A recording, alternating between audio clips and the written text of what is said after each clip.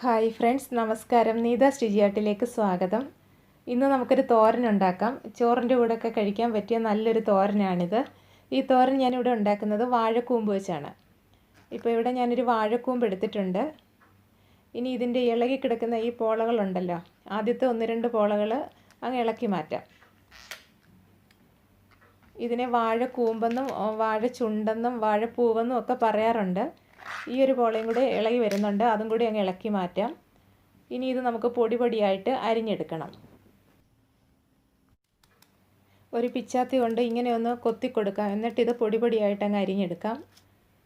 ഇതിന് ചെറിയൊരു കറയുണ്ട്, അപ്പോൾ ആദ്യം ഇതിൽ നമുക്ക് നൂല് പോലെ ഉണ്ടാവും, അതൊന്ന് മാറ്റിയെടുക്കണം. അപ്പോൾ അതിന് കയ്യിൽ കുറച്ച് വെളിച്ചെണ്ണ ഒന്ന് പുരട്ടിയിട്ട് ഈ അരിഞ്ഞെടുത്ത വാഴക്കൂമ്പ് കയ്യിലിട്ട് ഇതേപോലെ ഒന്ന് ഉരുട്ടിയെടുക്കണം. അപ്പോൾ നമുക്ക് ഇതിൻ്റെ ഈ നൂല് അവസാനം ഒരു കൂട്ടമായിട്ട് ഇങ്ങനെ കിട്ടും.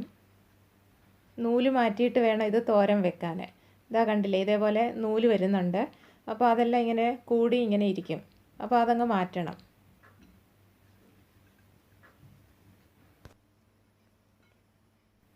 ഇപ്പോൾ ഈ നൂലെല്ലാം ഞാൻ മാറ്റിയിട്ടുണ്ട്. ഇനി അരിഞ്ഞെടുത്ത ഈ വാഴക്കൂമ്പിൻ്റെ കറയൊന്ന് മാറ്റിയെടുക്കണം. അതിന് ഞാനിവിടെ കുറച്ച് പുളിവെള്ളം എടുത്തിട്ടുണ്ട്. പിഴുപുളി കുറച്ച് വെള്ളത്തിൽ കുതിർത്തെടുത്തതാണ്. അപ്പോൾ അതിലേക്ക് നമുക്ക് ഈ അരിഞ്ഞു വെച്ചിരിക്കുന്ന വാഴക്കൂമ്പ് ഇട്ട് കൊടുക്കാം. ഒരു ചെറിയ നെല്ലിക്ക വലിപ്പത്തിൽ പിഴുപുളി എടുത്തിട്ട് കുറച്ച് വെള്ളത്തിൽ ഇങ്ങനെ കലക്കിയെടുത്തതാണ്. ഇതിലേക്ക് കുറച്ച് സമയം ഒന്ന് ഇട്ട് വെച്ചിട്ട് ഇത് നന്നായിട്ട് അങ്ങ് ഞെരടിയെടുക്കണം. അപ്പോൾ ഈ വാഴക്കൂമ്പിൻ്റെ ആ കവർപ്പ് ചുവ അങ്ങ് മാറിക്കിട്ടും. ഇനി ഇത് പിഴിഞ്ഞെടുത്തൊരു പാത്രത്തിലേക്ക് മാറ്റി വെക്കാം. എന്നിട്ട് ഇത് വീണ്ടും കഴുകിയെടുക്കേണ്ട ആവശ്യമില്ല. ഇനി നമുക്ക് തോരൻ തയ്യാറാക്കണം. ഞാനിവിടെ ഇപ്പോൾ ഒരു പാൻ ചൂടാക്കിയിട്ടുണ്ട്. ഇനി ഇതിൽ കുറച്ച് വെളിച്ചെണ്ണ ഒഴിച്ചു കൊടുക്കാം. ആദ്യം നമുക്കിതിൽ കടുക് താളിക്കണം. എണ്ണ ചൂടായിട്ടുണ്ട്. ഇനി 1 ടീസ്പൂൺ കടുക് ഇട്ട് കൊടുക്കാം. കടുകെല്ലാം പൊട്ടിയിട്ടുണ്ട്. ഇനി 4 വറ്റൽമുളക് മുറിച്ചതും കൂടി ഇട്ട് കൊടുക്കാം. ഇനി തീ ഒന്ന് കുറച്ച് കൊടുക്കാം. എന്നിട്ട് നമുക്കിതിൽ സവാളയുള്ളിയും പച്ചമുളകും കൂടി വഴറ്റിയെടുക്കാം. ഞാനിവിടെ ഇപ്പോൾ ഒരു ചെറിയ സവാള ഉള്ളിയും എരിവിനാവശ്യമായ പച്ചമുളകും കൂടെ ഇതേപോലെ ചെറുതായിട്ട് അരിഞ്ഞെടുത്തിട്ടുണ്ട്. അതിനി നമുക്ക് ഈ എണ്ണയിലേക്ക് ഇട്ട് കൊടുക്കാം. ഇനി ഈ സവാളയും പച്ചമുളകും കൂടി ഒന്ന് വഴറ്റിയെടുക്കാം. സാധാരണ വാഴക്കൂമ്പ് തോരൻ തയ്യാറാക്കുമ്പോൾ നമ്മളതിൽ ചെറുപയർ വേവിച്ചതോ അല്ലെങ്കിൽ വൻപയർ വേവിച്ചതോ ഒക്കെ ചേർക്കാറുണ്ട്. ഇവിടെ ഇപ്പോൾ ഈ തോരനിൽ ഞാൻ അതൊന്നും ചേർക്കുന്നില്ല. പച്ചമുളകിൻ്റെ എരിവാണ് ഇതിൽ കൂടുതലായിട്ട് വേണ്ടത്. അതുകൊണ്ട് പച്ചമുളക് കുറച്ച് കൂടുതലായിട്ട് എടുക്കണം. ഇനി നമുക്കിതിൽ കുറച്ച് കറിവേപ്പിലയും കൂടി ഇട്ട് കൊടുക്കാം.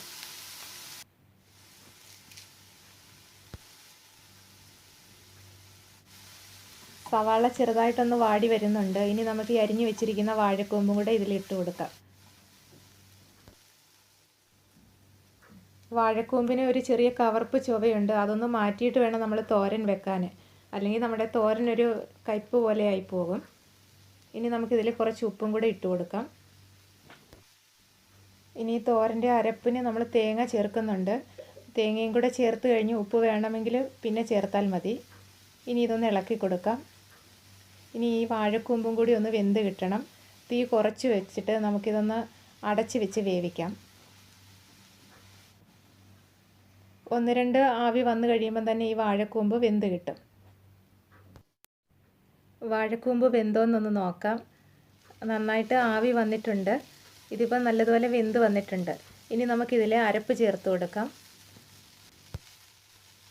ഇനി ഇതിൽ ഞാൻ 1 ടീസ്പൂൺ മഞ്ഞൾപ്പൊടിയും 1 പിടി തേങ്ങ ചിരകിയതും കൂടെ ഇട്ട് കൊടുക്കുവാണ്.